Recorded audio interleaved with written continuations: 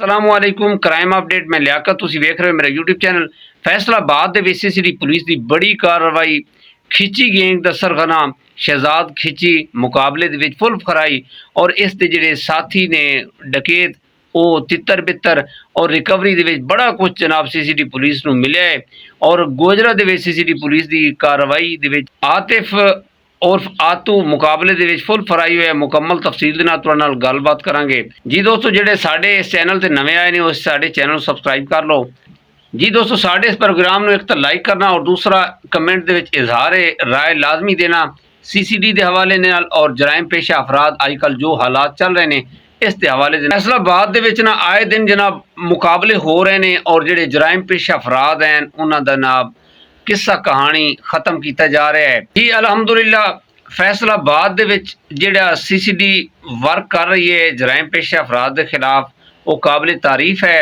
जिस तरह सदीक चीमा साहब हैं, इरम शरादी साहब हैं और इकराम गुराया साहब हैं, ये जिहड़े सीसीडी के इंचार्ज बनाए गए ने यकीन करो बड़े चुन के बनाए गए ने और दिलेर मां के पुत्र ने जो साडी हिफाजत करन अपनी जान तक दे रहे हैं। पिछले महीने फैसलाबाद दे विच एक कांस्टेबल शहीद होया मुकाबला होया सी वसीम डकैत दे नाल ते और कई ऐसे जड़े साडे पुलिस अफसरान हैं जिहड़े यकीन करो कि अपनी जाना दे नजराने दे रहे ने। तो खिची गैंग दा जनाब जिहड़ा शुमार है ना बड़े वड्डे वड्डे गैंगस्टर डकैत इहदे विच जनाब ऐसी तकरीबन 5 डकैत ऐसे हैं जनाब जिला लेवल ते डकैती करते हैं और छोटी मोटी गड्डी नूं हथ नहीं लैंदे सी। बड़ी गाड़ी जिहड़ी 50 ਲੱਖ उत्ते तो स्टार्ट होंदी सी उस गड्डी नूं हथ लांदे हैं और वो छीन लेंदे हैं जनाब डकैती के दौरान। और अगर इन्हां नूं फायर करके बंदा मारना पै जाए है गड्डी वास्ते तय कर देंदे हैं जनाब। रावलपिंडी फैसलाबाद गुजरांवाला और KPK तक जनाब इन्हां दी पेश रफ्त है सी और इन्हां दे ऐसे डकैत गैंगस्टर हैं अगे उन्हां दे नाल जनाब इन्हां दा राबता जित्थों जनाब ये डकैतियां करदे हैं। इस तरह जनाब ये फैसलाबाद दे विच जदों दे सीसीडी इख्तियारात आए ने यकीन करो कि जिहड़े बड़े बड़े जराइम पेशा अफराद हैं और बड़े वड्डे वड्डे गैंग जिस तरह शाह गैंग का खात्मा किया गया और कई ऐसे गैंग हैं जनाब जिन्होंने कैफे किरदार तक पहुँचाया गया। ये भी गैंग है सी जनाब खिची गैंग और इन्हों का जो ताल्लुक है सी वो दूसरे सूबियां तक भी है। खिची गैंग के जोड़े जनाब डकैत बड़े शातिर डकैत हैं और इन्हों का जो ताल्लुक है सी वो दूसरे सूबियां दा नाल भी है सी। ते इकराम गुराया साहब नूं जनाब काल दे जरिए मुखबरी हुई है कि फलां जगह ते जनाब तैयारी कर रहे ने वारदात की और ये वारदात चंगी पांदे हैं जनाब इकराम गुराया साहब ने अपने थाने की नफरी लई और जनाब इरम शरादी साहब ने रबता करके उन्हों का स्टाफ और उन्होंने नाल लिया जनाब और उन्होंने इत्थे रेड किया। तकरीबन 3 ਤੋਂ 4 डाले है सी सीसीडी पुलिस के जिहड़े जनाब इस ऑपरेशन दे विच जनाब उन्होंने इस्तेमाल किए और काफ़ी जरा स्टाफ है सी। और इस फैसलाबाद के जितने भी मुकाबले होए ने ना यकीन करो कि इस दे विच जिहड़े डकैत हैं बड़े शातिर हैं और उन्होंने दे कोल जदीद असला हुंदा सी और ये जिहड़ा है सी शहजाद खिची इहदा भी जिहड़ा ताल्लुक है सी बड़े बड़े गैंगस्टरां दे विच शुमार हो रहे सी और इस दे कोल भी असला जदीद है सी। जदों स्टाफ उस एरिए दे विच पहुंचे ना ये भी चुकन्ने हो गए ने इन्होंने जनाब अपना असला बंदूकां तान लईआं ने सीसीडी पुलिस दे डालियां वांग जनाब और फायरिंग शुरू कर दी। बेदरेग फायरिंग की है तकरीबन 35 ਤੋਂ 40 मिनट फायरिंग हुई है जनाब।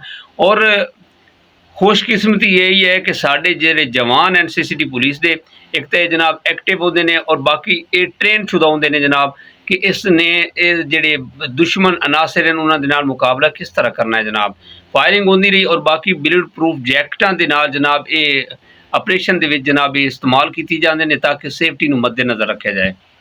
दोस्तों बड़ा मुकाबला होया 4 डकैत जिहड़े हैं जनाब वो पतली गली दे विच जनाब फरार होने कामयाब हो गए और एक डकैत जिहड़ा ना वो शदीद जख्मी हो गया जख्मी हालत दी विच जनाब वो गिरफ्तार होया।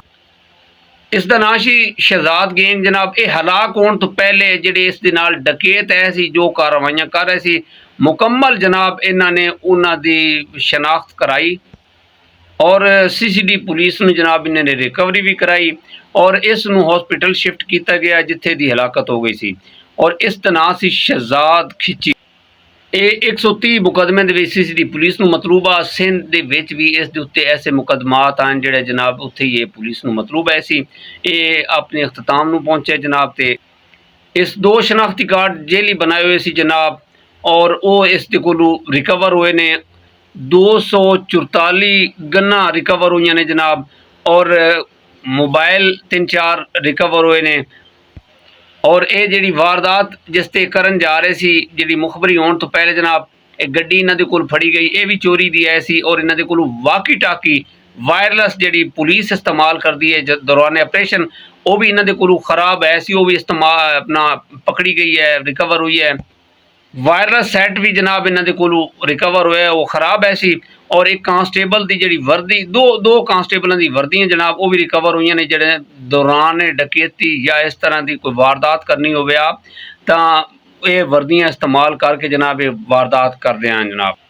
शहजाद खिची गैंग का सरगना है सी जनाब, जोड़ा मुकाबले के पार होया। शहजाद के जोड़े 4 संगी फरार होने कामयाब हो गए, उन्होंने जनाब शनाख्त कुछ इस तरह उन्हें करवाई है जनाब। एक का नाम रुस्तम है सी, और एक नदीम सिकना 225 रेवे, हबीबुल्ला 216 जंग का रहने वाला सी, और राणा अनवर ए समुद्री का रहने वाला सी। यह 4 डकैत ऐसी जेडे जनाब इस दे नाल इस गैंग नूं खिची गैंग नूं चला रहे सी जनाब। और ये इंशाअल्लाह जनाब इन्हां दे खिलाफ भी टीमां तश्कील दे दी गई ने, और इन्हां नूं इंशाअल्लाह बहुत जल्द गिरफ्तार करके कैफे किरदार तक पहुँचाया जाएगा। दूसरा मुकाबला जनाब CCD का होया है गोजरा टोबर टैक्सिंग दे विच जनाब। एक एरिए वसीम सरवर साहब की टीम जनाब रात नूं नाका ला के खड़ी है मुरीद वाला मूंगी वाला बंगला। इत्थे जनाब रात नूं नाका ला के खड़ी है पुलिस वैन, ते इत्थों जनाब एक मोटरसाइकिल ते 3 सवार गुजरे ने, और CCD पुलिस ने उन्होंने रोकया है, शनाख्त कर रोकया है जनाब। तो उन्होंने बेतरेक फायरिंग शुरू कर दी, और फायरिंग करते हैं इन्होंने मोटरसाइकिल दौड़ाया जनाब। पीछे डाला CCD ने जनाब दौड़ाया, अगे जाके झाड़ियां ने घुसे ने, उत्थे मुकाबला होया। 2 डकैत जिहड़े ने फरार होने कामयाब हो गए सी, और एक शदीद जख्मी हालत दे विच पकड़िया गया। यह जिहड़ा डकैत जख्मी हालत में पकड़िया गया सी, इहदी शनाख्त कुछ इस तरह है, आतिफ उर्फ आतू वालद मुहम्मद अमीन, सिकना 315 जीम बे दा रहने वाला सी जनाब। तो इस नूं रिकवरी करन जनाब कोशिश की गई कि यह बच जाए, इन हॉस्पिटल शिफ्ट किया गया, उत्थे जख्मां की ताब ना लाते हुए इसकी हलाकत हो गई सी जी। दोस्तों अलहमदुलिल्लाह CCD पुलिस जी वो बड़ी चंगी कार्रवाइयाँ कर रही है, और जोड़े जराइम पेशा अफराद ने उन्होंने कैफे किरदार तक पहुँचा रही है।